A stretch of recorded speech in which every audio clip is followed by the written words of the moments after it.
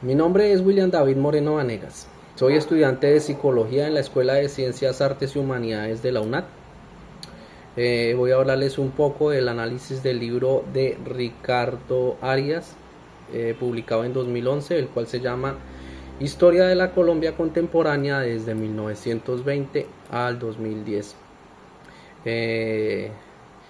Para nosotros como colombianos, el acto de escuchar, hablar y reconocernos ha sido un tema muy difícil.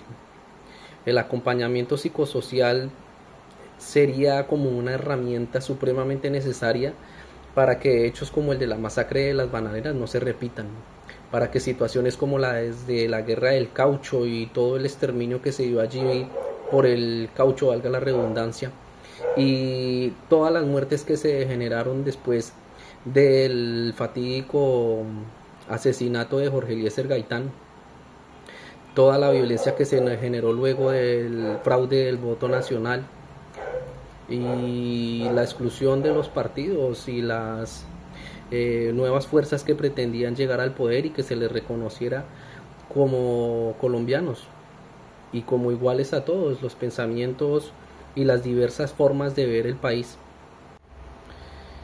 La historia de Colombia ha tratado muchas veces de ser borrada. La historia violenta y los actores que desencadenaron estas violencias. Recordemos que el presidente Belisario Betancur incluso suspendió las clases de historia en las universidades y los colegios. No vino a ser sino hasta el gobierno de Juan Manuel Santos cuando se separó las ciencias sociales de la historia. El enfoque psicosocial podría dialogar con la psicología, dándole reivindicación a las víctimas reales del conflicto y reconociendo las diferencias como factores de unión más no de separación, rescatando las ideas que podrían servirnos como sociedad y verlas desde un enfoque más amplio. No sé, podríamos hablar, digamos, de las ideas que tienen los marxistas sobre la repartición de las tierras. Podríamos hablar del Partido Conservador y su idea de conservar el patrimonio y el derecho a la tierra y el derecho a la propiedad privada. Podríamos hablar de el pensamiento más espiritual y más cuidadoso que tienen los indígenas sobre la tierra y sobre el uso de la misma, el agua y sus recursos naturales, y la forma como universal que tiene el Partido Liberal sobre ver la economía basándose en el libre mercado y la libre competencia. La verdad, el poder y la resistencia son factores muy determinantes a tener en cuenta en el enfoque psicosocial para analizar los problemas históricos en Colombia, ¿cierto?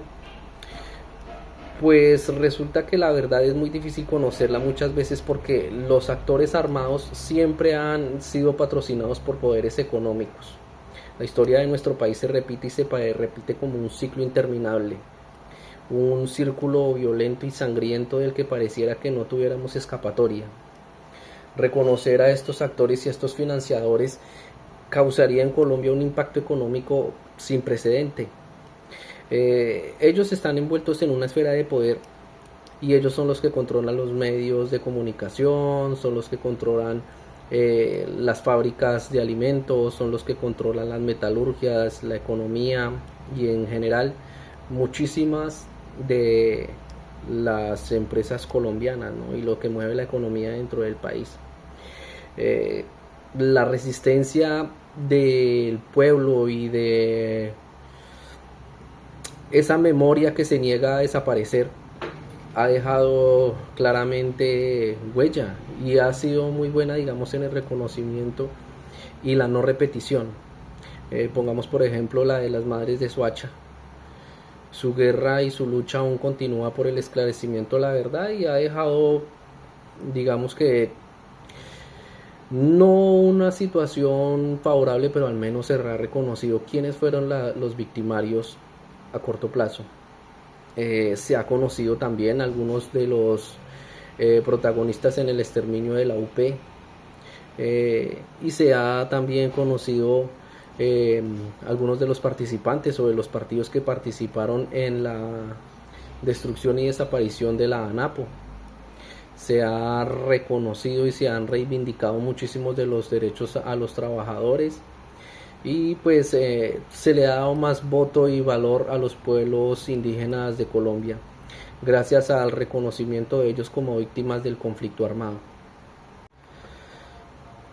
Mis conclusiones personales serían que Colombia necesita mucho más acompañamiento psicosocial, que se reconozca a las verdaderas víctimas, que se reconozca quiénes son los verdaderos victimarios y que se haga un trabajo no como comunidades pequeñas en el país, sino una generalidad completa.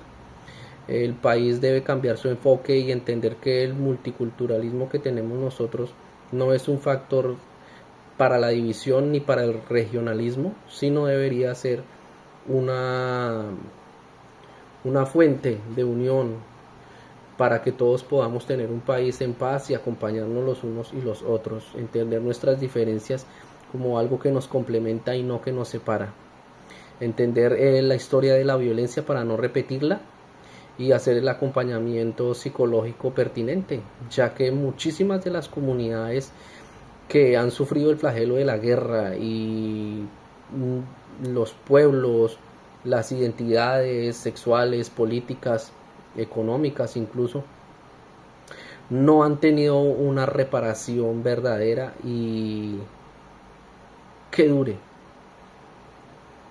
dure, porque es lo que necesitamos, una paz duradera y la reconciliación.